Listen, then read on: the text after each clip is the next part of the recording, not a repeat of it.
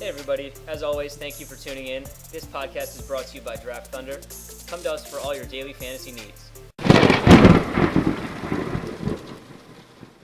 I'm Andrew. I'm Ben. And welcome to the Draft Thunder podcast. This week we're going to talk to you about the DFS breakdown that you should be looking towards going into the NFL season. So Ben, what do you think your strategy is? Looking into the regular season, we're sitting here today, August 5th, about a month away from real football. I can't wait. So week one, a lot of people are already talking about how the prices are low and salary cap is going to be easy to get through and a lot of things like that. They think it's going to be really high scoring, but at the end of the day, it's week one of a new season. You really don't know how things are going to work out. So we here try to stick to a common theme, a common strategy to look for all seasons, so that way, variance works itself out and we can be on the positive side of things more often than not.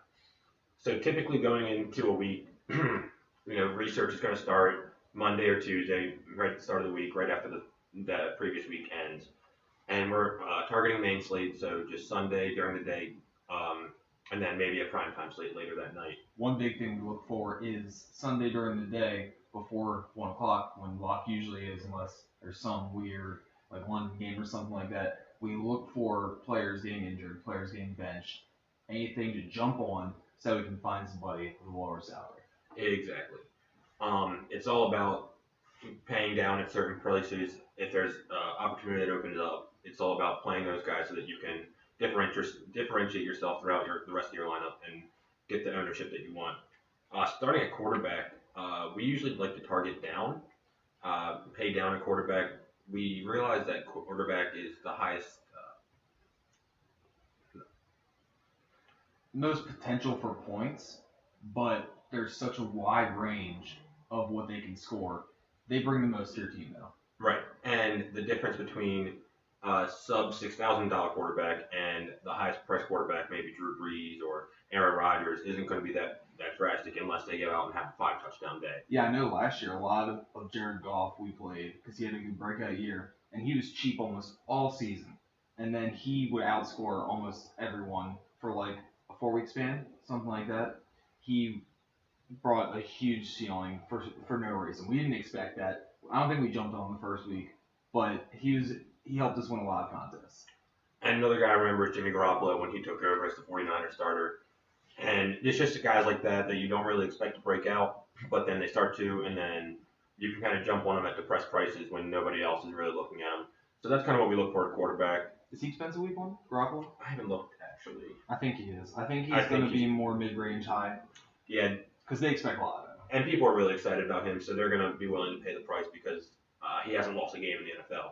So it's just interesting to look at different prices for the guys like that. And then, you could just get a QB sneak at the half-yard line and get a rushing touchdown from a quarterback, and that's going to totally set your lineup apart from someone else that paid up for a quarterback. And you also have to think about the quarterbacks that do have rushing stats. Right. Russell Wilson, Cam Newton, people like that, because they bring that extra parts to their game. Even last year, I remember C.J. Beathard for the 49ers. He would get like 60 rushing yards a game for absolutely no reason. Maybe it's because he couldn't throw the ball. Maybe he's like, all right, I guess I got to run it. He couldn't throw the ball, actually. That's proven. But yeah, so at quarterback, we're typically going to pay down unless we see a really, really big difference between high-priced quarterback and the rest of the field. Moving on to running backs, receivers, usually, unfortunately, it's the way the NFL goes, but typically there's going to be a high-priced running back that's hurt, not going to play as much, not going to play at all, and it's going to open up a position for a backup running back to take over for that week at least, and that's who we're usually going to be targeting because they're going to be so low in price because they haven't played before, and it's just one of those guys. Everyone's going to play them. You might just need them in your lineup though to have a good base and be able to play who you want throughout the rest of your lineup. Yeah, last year going with running backs, I know what we mainly focus on is having that. We got to have the one upper tier running back who's going against a weak rushing defense. Usually going to be Gurley, Bell, somebody like that. We do like to spend up on one of them and then counter it with a very low guy. It's like last year, the Dolphins running backs at one point in the season, they were really cheap because they didn't know what was going on necessarily with their offense, but they had the high ceiling that we like to be able to bring our salary cap together and really score a lot of points. And also for smart teams that had low running backs last year, that had like those injuries and stuff like that.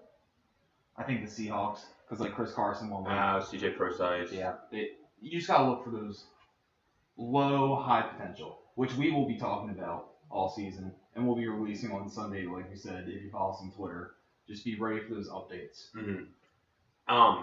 When it comes to wide receivers, we typically are going to look for a wide receiver to play with our quarterback. If we are assuming that the quarterback's going to have a good game, then that means one of their pass catchers has to have a good game.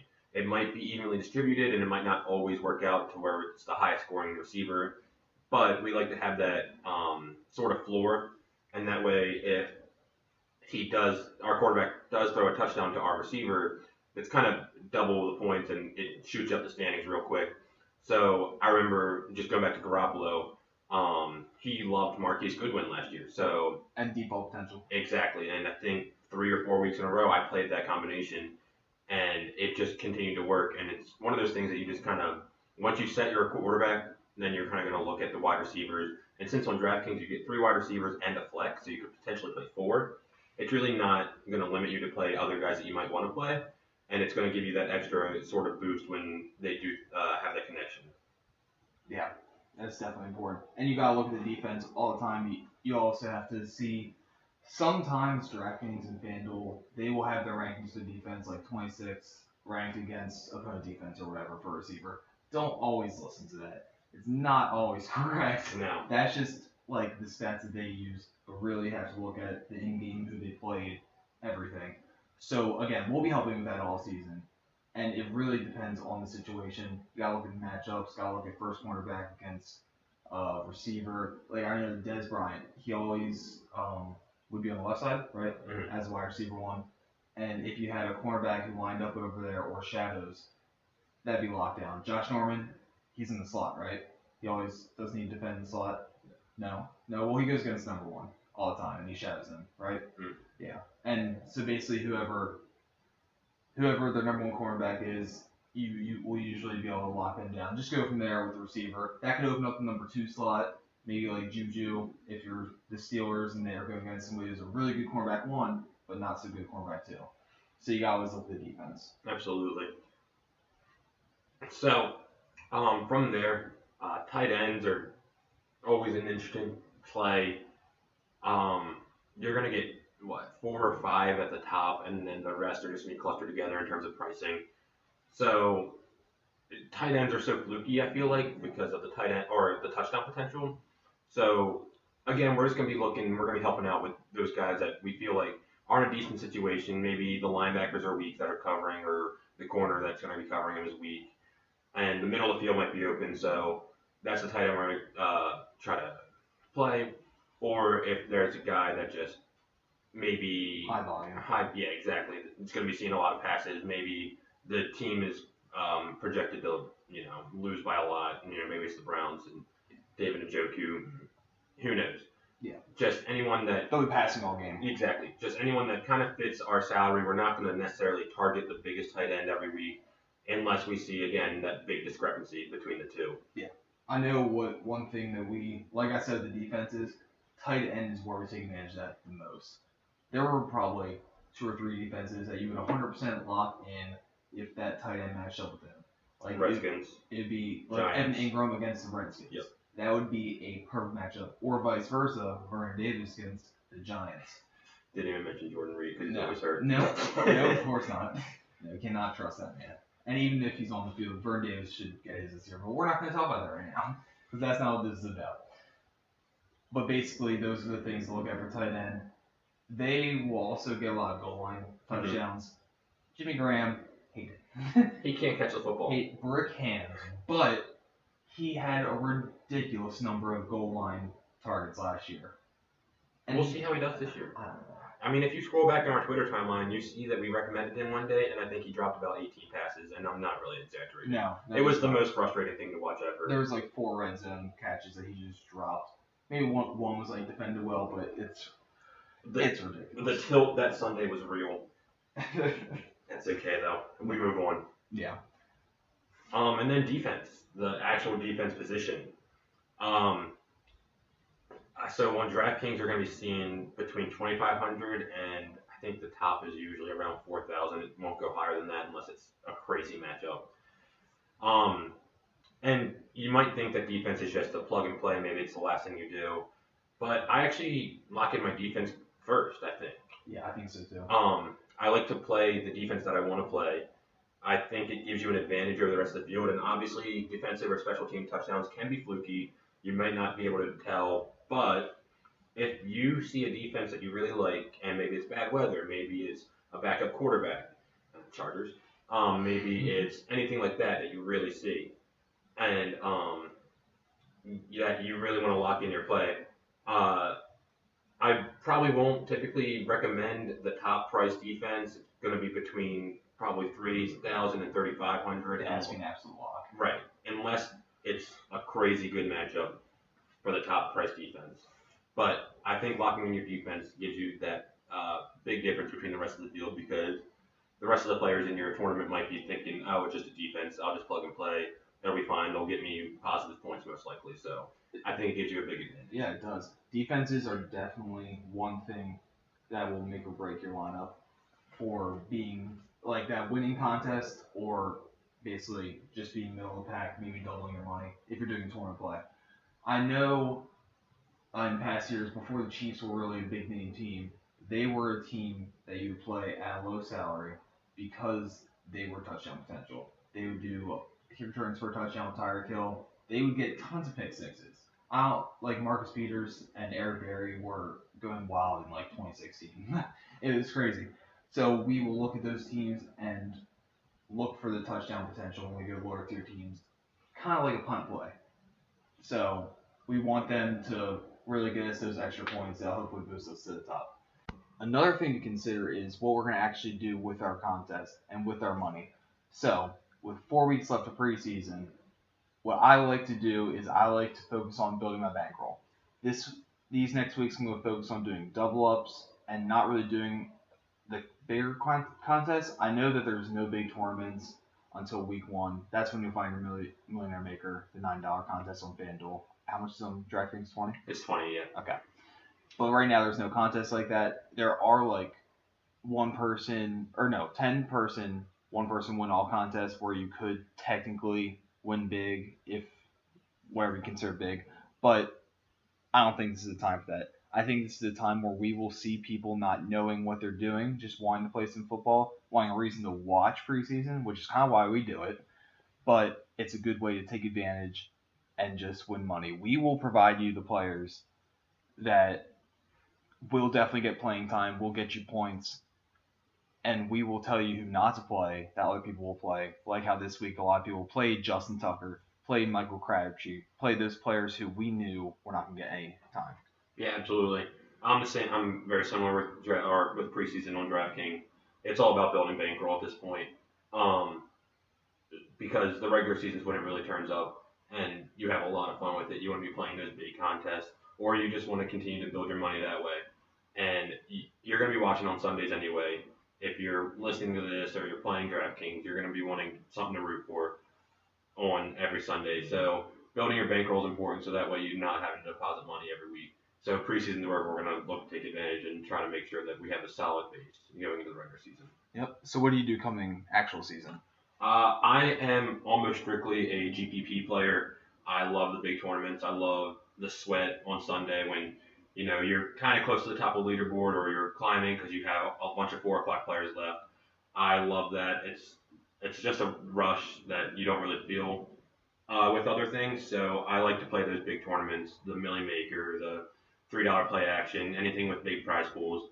Those are my favorite. I'll play double ups from time to time if I think I have a good lineup, or maybe I feel like I have a chalky lineup and I feel like it's going to be a high owned kind of thing. So that way I feel like pretty safe that I'm going to double my money no matter what, and I can subsidize maybe my losses if I played a bigger tournament or if I played like a one man take all. So that way I'm always coming out on top on every week. Yeah. What I like to do is I like to diversify my lineups, just like he said. So I'll play double ups for the most part. Like, let's say I have $75 I want to spend a week. I will do $50 in double ups to make sure that I cover my pay, and then also win some money on the side, so I'm not feeling like I'm wasting all my time. So then hopefully I'll win $25 guaranteed. I usually almost always cash in double ups. It's very rare I don't, and if so, I miss by like 5 points because Jimmy Graham drops a touchdown. Anyway, not upset. We're not mad about it. So with those extra $25 that we have, I'll do GPP plays. I'll do usually the big contest. Love to have the potential winning $1 million. Who doesn't? That's awesome. In those types of contests, though, that's where you have to get a little risky. That's where you gotta play those players that you know about, but not everyone else is gonna know about that with their potential. Like just that flyer player who can catch a 90-yard bomb. Also, I like to do the 125 people contest. Those are contests that'll cost you maybe $10, but you'll either triple your money or you could win like I think $120 by doing that. That doesn't add up. Nope. You could win like $50. So you could still make a lot of money, and it's just a way to boost your bankroll even more. When I'm looking at those contests, I will do either beginner or intermediate. I've just now gained intermediate status, which means I can't do beginner ones anymore. But if you are a beginner out there, take advantage of those beginner contests. That is where the Draftkings sends out the emails and they're like, hey, play this contest. So they get people into it, and they will join for like $3 or something, not really knowing what to expect, but you know what to expect, and you can take advantage of that. Yeah, definitely.